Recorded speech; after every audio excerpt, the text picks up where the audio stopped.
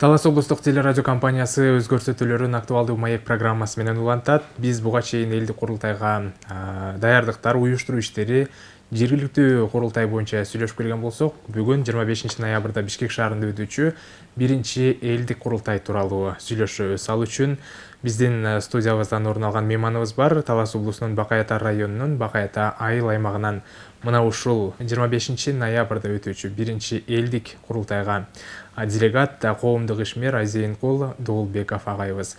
Саламатсызбы, Азейинкул Сагыналиевич, студиябызга кош келипсиз. Рахмат. Сизди көп жыл мамлекеттик кызматтарда иштеген киши катары өзгөчө кырдаалдар тармагында суу чарба жаатында дагы бир топ эмгектенип, мына ошол деги эле өлкөбүздүн өнүгүшүнө өз салымыңызды кошуп келаткан инсан катары облусубуздун калкы, деги эле республика жалпы жакшы билет. Анан чакырган себебибиз дагы мына ошол элдик курултай боюнча болуп атат. Элдик курултай мурда кандай өтчү эле, негизи эле курултайдын маани мазмуну, мурдагы кийинки курултайлар тууралуу угалы сизден. Саламатсыздарбы, агайын туугандар. Рахмат, ушинтип бүгүн чакырып ушу телевиденияга биздин оюбузду сурайбыз деген ыраазычылыкты билдирип кетебиз. Эми берде сиздин сурооңуз боюнча бул курултайлар боюнча мен чынында буга биринчи жолу катышып атамын.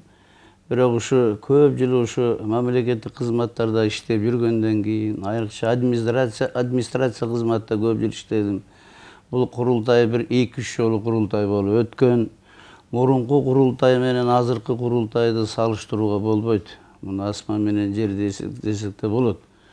Мурунку курултайларды өткүзгөндө, в том числе шайлоорду да кошуп кетейин да. Бул жерде административдик бийлик тарабынан дайым көзөмөлдөө болчу. Мына мен өзүм жон теримен билем да. Ушулар шайлоо барыш керек, булар мындай болуш керек деп прямо указания менен барган депутаттар болгон да. Депутаттар болгон и делегаттар болгон. Эми мурунку курултайлардын эч жыйынтык болбой калып, улам эле мамлекетибиз революция болуп, ушу жакшы ийгиликтер жаралбай калды да. Ана мына азыркы болуп аткан курултай менин өзүмдүн опутумда, өзүмдүн билимимде, өзүмдүн деңгээлимде накта демократичный болуп атат десем, мен жаңылбаймын. Манакей президентибиз Садыр Нуркожоевич мурунку депутаттар ушу кабыл албаса дагы мыйзамды ага карабай өзүнүн конституциялык баягы мыйзам негизинде мына 25 ноябрда элдик курултайларды белгилеген. Буга муну ар кандай сөздөр болду. Угуп атасыңар, айрыкча міне бизге альтернатива, бизге оппозиция болобу деп мына азыркы шайланган 7-чакырым шайланган депутаттар өтө каршы маселелерди айтып атты. Бирок ага караган жок. Бул ушу президент болуп келген убагында дагы мен элдер менен курултай өткүзөм деген сөзүнө турду десе, мен туура деп ойлоймун да. Анан эми бул курултайдын өтүшү боюнча чынында мамлекет тараптан, ушу администрация тараптан, же министрство тараптан эч кийлишкен жок. Мына кийлишкен жок. Мына өзүбүздөн айтып кетелик, мына Бакай Ата районунан мен ошол жерде туулуп өсүп, ошол жерде эмгектенип, кийин областтык тарапта иштеп жүрдүк. Өзүбүздүн участок бар. Бакай Ата бир 10 миңге жакын эл жашайт. 5 участоктон 48 депутат шайланып келди. Ар бир участоктон 10дон болду да. Мына ушул жакта дагы элдердин арасынан жана айтып кетпедим, администрация киришкен. Алардын милдети баягы өткүзө турган жайын, жылуулугун, тазалыгын ушул жагын гана камсыз кылып берди. Мына ошолордун катарында мен дагы чоң алыш айыл участогунан шайландым. 15 октябрдан 25-не чейин шайлоо жүрдү жерлерде участокто. Андан кийин 5 ноябрда бул тиги республикалык курултайга делегаттарды шайлоо маселеси 5 ноябрда чечилди. Мына Кудай буйруп, насип буйруп, ошол жерде мени дагы делегат кылып шайлашты. Ошол жерден 48 депутат делегаттар эле жаштарынан Кушубаков Тилек деген bir жаш жигит болду. Бу дагы келечек бар өсө турган жигит экен. Анан улуу муундардан деп анан мени шайлашты. Мына Кудай буйруса экөөбүз аттанып туруп атабыз республиканский курултайга. Анан насип буйрук аякка барып калсак дагы айта турган көп маселелер бар. Буну дагы айтарбыз деген ойдомун. Эми мына ушул жерден дагы сурагым келип атат. Жогоруда өзүңүз дагы айтып өттүңүз сөзүңүздө. Эл ишеним көрсөтүп биринчи элдик курултайга мына ушул сиздин айыл аймактан сиз тандалып алыптырсыз. Негизи эле ушул элдик курултайга алгач жергиликтүү курултайлар 5 ноябрда өтүшү керек деген дагы шарт болуп, ошондон тандалып алдыңыздар да сиздер. Анан жеке сиздин көз карашыңызда ушул жергиликтүү курултайлар кандай өттү, кандай этаптарды басып өттү? Албетте эми канча киши болсо ошончо пикир болот дегендей талаш тартышуу, анан кандай бир пикирге келүү?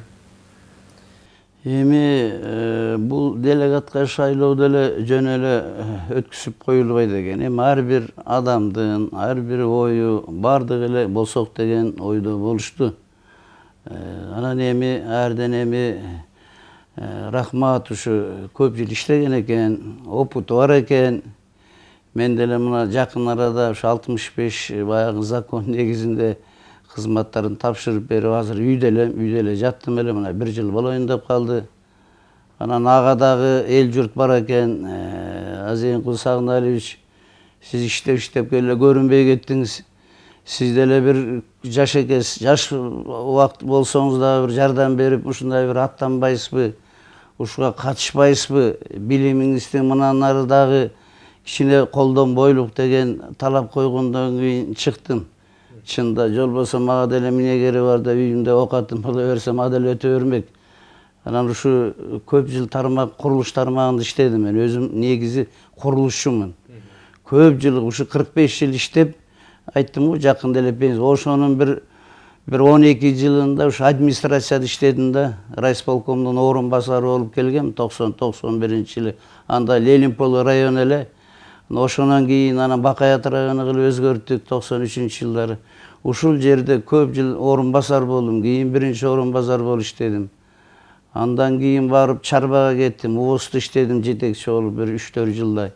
Андай обласка зам болуп келип анан акыркы пенсияга чыгарымда 17 жыл ушу өзгөчө кырдаалдар министринин алдындагы суу сел ташкындар коргоо бөлүмү бар. Ошону жетектедим. Кудайга шүгүр ар жерде иштеп жүргөндө ушу кооптуу жерлерге жана дамбалар, тосмолорду ушу курулуштарында көп эмгегимди сарптадым деп ойлоймун.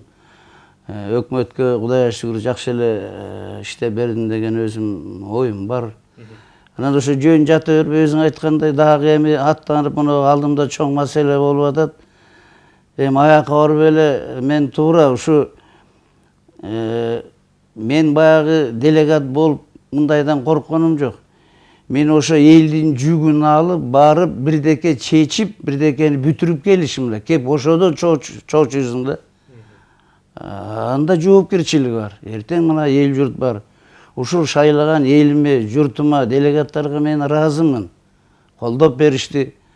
Мына бүгүн эле өзүңүз деле күбө болуп атасыз. Буквально бүгүн мына азыр ошол жакта чогулуш болуп анан сиздер чакырганда мен сиздерге келип калдым.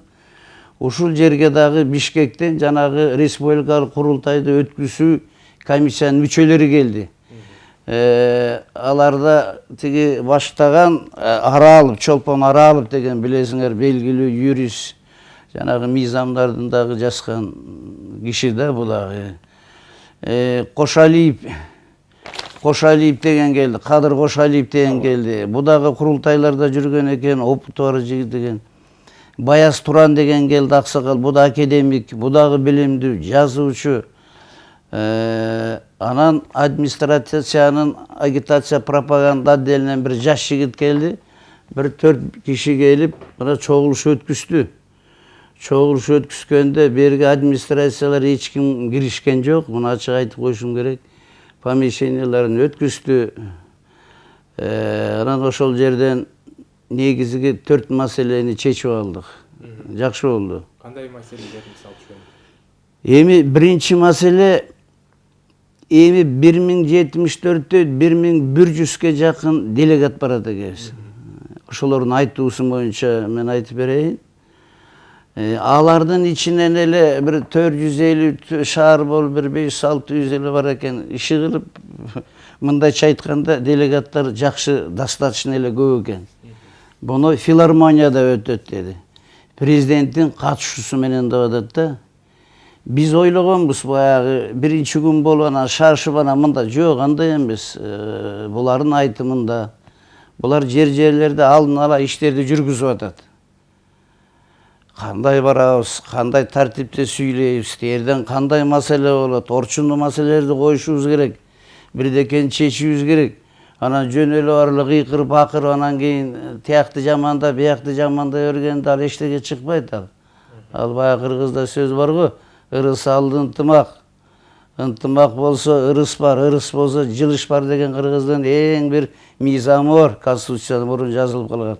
Мана ошондой барып жеринде маселени чечүүбүз керек болуп келип атат да. Анан ошолор биринчи маселени мындай деп айтып атат: "Бирден өзүңөр область боюнча сүйлөй турган кишиңерди тандагыла" деди. Бул бир. Экинчи, секретариат деп коет ошо жерге, баягы эсеп, тияк, бияк, документалием, протокол течиш керек, аны билесиздер жакшы. Мана ошого бир киши деди. Так, андан кийин төрөганы шайладык. Андан кийин немени шайладык, тиги ошол жакта 21 аксакалдар кеңеш болду деген. Ошонун председатели же төрагасы деп коеюнчу Касманбетов, Сүйүнбек Касманбетов төрага. Анан калган жана мен айтып кеткен мүчөлөр, анан областтан 7 деди. Анан ошо менен бу жерде таластыктарга ынтымакка келтирелик деп ойлорубузду айттык. Ызылдай бергенде болбойт ба? Таластыктар бардык жакта эле кыйын боло бербейлик. Анан нары болду, бери талаш болду. Кандидатураларды коюп аттык, биз дагы төрөгага коюп аттык. Bir жаш жигит бар экен, ошо юрист экен өзү. Кой эми жаштардан да ошол жаштар шайланды төрөгага. Неме деген жигит экен, фамилиясы Талант деген жигит экен. Өзү юрист жигит экен. Так, Едилов Талантбекти шайлап алдык. Так, секретариатка Момутаев Айдарбек деген Бакаяталы жигит экен. Буну шайладык, буну өткүзүп алдык. Андан кийин Султанбаев Абдыкадыр Дарданович деген бар экен. Ал кеңештин төрөгасына өттү. Ошондой эле жанагы bir 10 мүнөттүн ичинде сүйлөй турган, мен атын эстей албай калдым, мен кечирип коесуңар. Ошо бир жигитти шайладык, үшүнтүп 4-өө шайланды. Анан район боюнча да шайлашты, Бакаятова боюнча баягы эмени көрсөтүштү, иши кылып, ушундай кылып сүйлөшүп атат. Мана ушулардын баарын бекитип берди, Кудай буйруса. Кудай буйруса, булар ошол жака барганда бул иштердин баарын алып барат. Эми сизге мына ушул бүгүн дагы чогулуш болуп өттү деп ошол жерден келатасыз. Анан сизге жүктөлгөн жоопкерчилик негизи эле Бакаятанын жалпы атынан сизге дагы жоопкерчилик артылган экен. Ошол жоопкерчилигиңиз тууралуу айтып өтсөңүз. Эми да туура айтып атасың. Бизде бул курултайда мындай эркин берди да. Канча суроо болот, канча маселе болот, баарын бизге айтылган. Кийин анан эми бул жалаң республикада иштеп чыгышыптыр. Бүгүн жанагы член мүчөлөр, жанагы республикалык курултайдын мүчөлөрү да айтып кетти. Эми ар бир жерде көйгөй көп. Чечилбеген маселелер чынында көп да. Ошон үчүн орчундуу гана бир 3 маселени тияктан чечиптир. Бүгүндө берде 76 киши болуп, минеге 3-өө, минеге 5-өө эмес деген маселелер болду. Ошондо акиш туура түшүндүрүп берди. Алар президенттик аппараттын жигити мындай деп атат. Мен абдан туура колдодум. Силер берген предварительный биз берип койдук. Бул уже тияка кетти. Уже көзөмөлгө алып, бул президенттик администрация уже көзөмөлгө алып атат. Мына 3 маселенин алдыңкы маселелерин жакын арада чечкенге бул аракет кылат. Бул сөзсүз да. Ошо жигит анан берден мен сүйлөйм, сен сүйлөйм, анан кеп адам эмес. Негизги маселеңер барып калды. Биз контролду калабыз, тийиштүү министрликтолорго жөнөтөбүз. Мынакей делегаттар отурсуңар, ошо министрликке барасыздар. Маселени коесуңар, аткарылбай, болбойбу, мына бизге кайрылган деп атат. Ошол эле курултайдын кеңешинин мүчөлөрүнө жана администрациянын ушу бизди контроль эткенге кайрылгыла деп атат. Эми Бакай ата үчүн, өзүм айылым үчүн келейин. Бизде Бакай ата районунун центринде эң чечилбеген маселе бул суу маселеси. Суу маселеси 1937-жылы курулган экен. 37-жылы. Кечиресиз, ошондо тактоо иретинде болсун. Ичүүчү таза суубу же суга Жок, бу жерде ичүүчү таза суу. Мына ушул маселе чында чечилбей келатат да. Эмне үчүн чечилбей келатат? Мен ушу өзүбүздүн чогулуштарда да эл менен чогулганда айттым. Бул баланын баары, кыргызча айтканда, грубо айтканда, райондун центрге ишемеринде банктан акча бөлүнген эмес. Бөлүнбөй келатат ушул убакка чейин. Дүйнөлүк банк бар, аны түшүнгөндө банкирлер түшүнөт. Дагы деле ошол банкирлер иштеп атат. Бөлөк мамлекеттен карайт да ошо. Райондун центри жок, бөлөк айылдарга деп калган Бакай атада Кудайга шүгүр. Мен Кудайга шүгүр деп аткан себеби ошол жерде мен 11 жыл, 12 жыл иштедим. Айтып кеттим го. Мен жакшы билем, Бакай атанын социалдык, экономикалык, чарба маселелери башыман талап өттү. Көп жыл ошол жерде иштеген үчүн. Анан ушул водопроводду киргизгенге совместно канализациясын да киргиздирип атам да. Биринчи маселеде мен ушуну алып чыктым. Өзүм программамда бар. Анан экинчи маселе деп турам мектеп дейт. Эми Наматбекте мектеп бар, Наматбекте мектепке бир акча да чогулуп калган, бир 5 миллиондук. Мына Кудай буйруса бул кичине жылып атат дейт, депутат жардам берип атат деп атат. Ушуну түптүртүшүм керек да, тиякта кайсы деңгээлде эмне болуп атат. Же жөн эле депутаттар айтып атабы, же жөн эле сөзбү, ушу көз менен көрүп анан болоонун чынын мен элге да айтып беришим керек да. Мына обуз болот туугандар, мына обуз болбойт экен. Мына мындай экен деген маселе. Анан Үч Эмчек деген айыл бар. Ушул жерде да мектеп жок.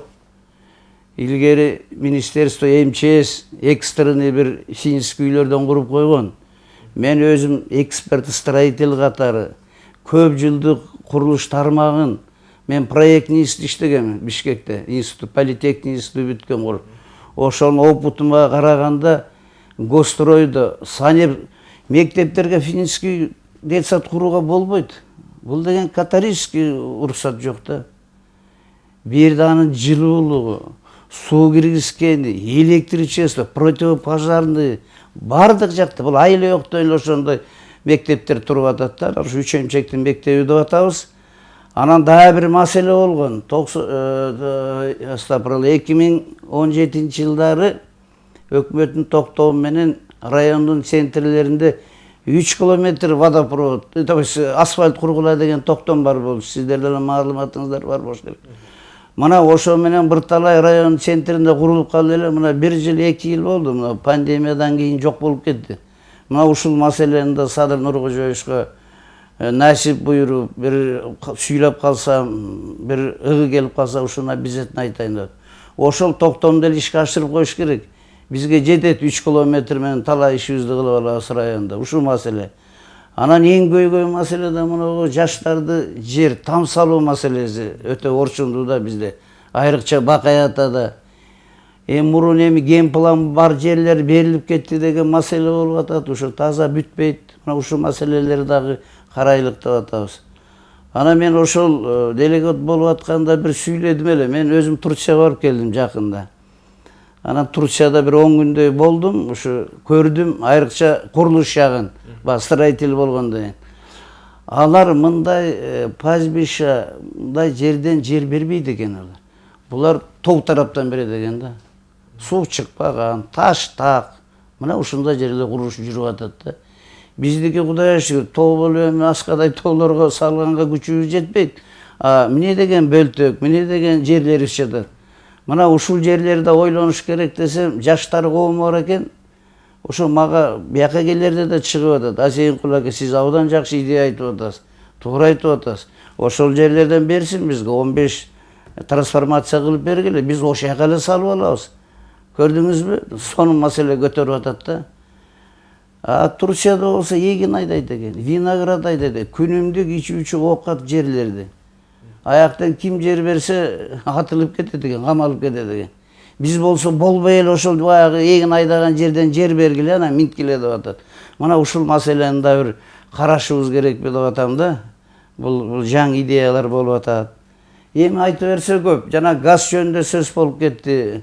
Мына Маймакка кел, аны бери тартсакпы дейбиз, Кудай буйруса. Бул эми облустук деңгээлде. Областык. Анан райондук деңгээлде дагы, мен район үчүн дагы бүгүн как раз ошо мени шайлап койгондон кийин айтып коеюн.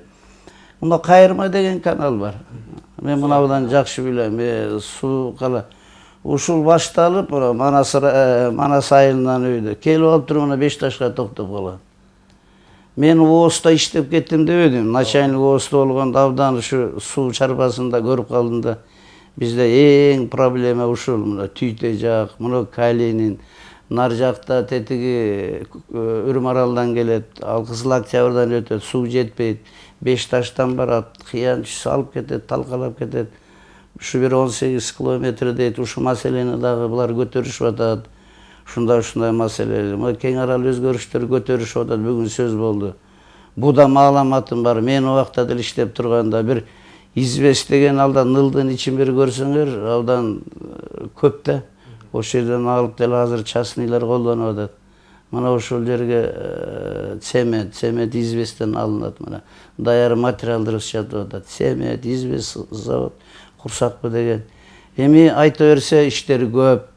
Андайында бир маселе көтөрүлүп кеттик, жана жол жөнүндө да анан туура айтышты берден. Мен аны да колдойм.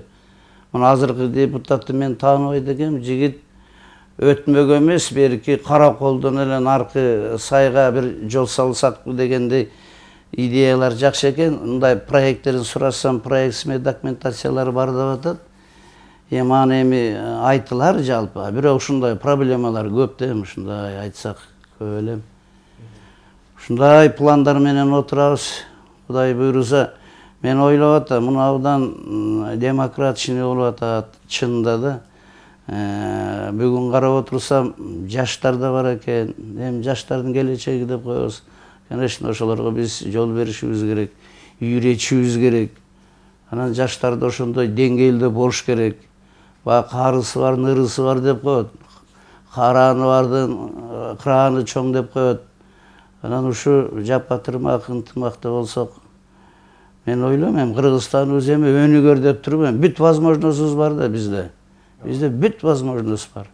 Анан ошону бир чаржайыт болбой ынтымакта алып барсак, мен ойлойм, бүгүнкү Талас областынын делегаттары баары бир муштумдай болуп, бирге жакшынакай барып, башка областтарга уят болбой тургандай болуп сүйлөп дегенде, маселени чечкенге, аягына бүтүргөнгө, эртеңки күн элдерге дагы биз жүзүбүз жарык болуш керек деп ойлоймун да. Мен тилегим оюм ушундай. Ооба, мына ушул элдик курултайдагы элибиздин бир жашоосуна жаркын бир жол ачкан жыйынтыкталып, бир анын дагы артында жакшы иштер аткарылып, мына ушул элдик курултайда көтөрүлгөн нерселердин аркасы менен мына ушул иш чекит коюлуп атат, же болбосо жакшы жагына өзгөрүү болду деген бир жыйынтыктарды күтүп, аны дагы маңдай жарыла сүйүнүп ушул жерден сиздер менен тең бөлүшкөн күндөрдөн айтсын дейли. Анан бизге бөлүнгөн убакыт дагы соңуна чыгып баратат. Жалпы ушул элибизге болгон кайрылууңуз, каалоо тилегиңиз болсо айтсаңыз болот. Сизге соңку сөз берели. Эми эл журтка эмне деп кайрылам? Эми эл журт деген эми элибиз биринчиден тынччылык болсун.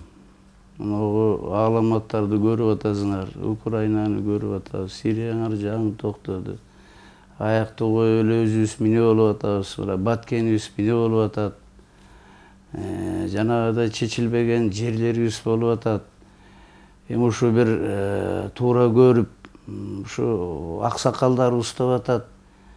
Эми аксакалдар жалаң эле дежурный деген бул немеден да кетишибиз керек мында. Эми аксакалдын дагы аксакалдары болот. Илгери бүгүн жанагы Туран деген ким дедиңиз, өзү абдан жакшы айтып кетти. Бүгүн келген. Каршы отурду го, анын сөзүн да айтып коюшум керек мен. Баяс Туран деген өзү академик, тарыхчы экен ошо. Илгери ушул курултайлар менен, аксакалдар менен, ынтымак менен чечип эле жашаган экен да. Биз ошолдай алып келе албай атат да. Жаштар өзүнчө, аксакалдар өзүнчө болуп эле. мына ушул биримдикке келсек, жалпы эл журтубуз бир муштумдай болуп бириксек, анан тынччылыкта, аманчылыкта жалпы элибиз аман болсун, тынччылык болсун деп атамын. Мына эми жасы менен аябай иштешип, түшүмдөрүн мына алып, бөдөн өгүзүндө сана деп коет. Буйруган түшүмдөрүн үйүндө алып отуруп, ушулар буйрусун, ушулар жуксун. Жалпы элибиз аман болсун, бай болсун, бактылуу болсун. Сиздерге да иштериңиз ийгиликтүү болсун деп айтып кетмекчимин. Ыраазычылык билдиребиз. Атайын убактыңыздын бир бөлүгүн мына ушул элге түшүндүрүү иштерин, өзүңүздүн иш тажрыйбаңыздан көрүп өткөн нерселериңизди бөлүшүп өттүңүз. Атайын убактыңызды бөлүп келгениңизге дагы бир ирет ыраазычылыгыбызды билдиребиз. Биз ушуну менен актуалдуу маек программасынын бүгүнкү чыгарылышын аяктайбыз.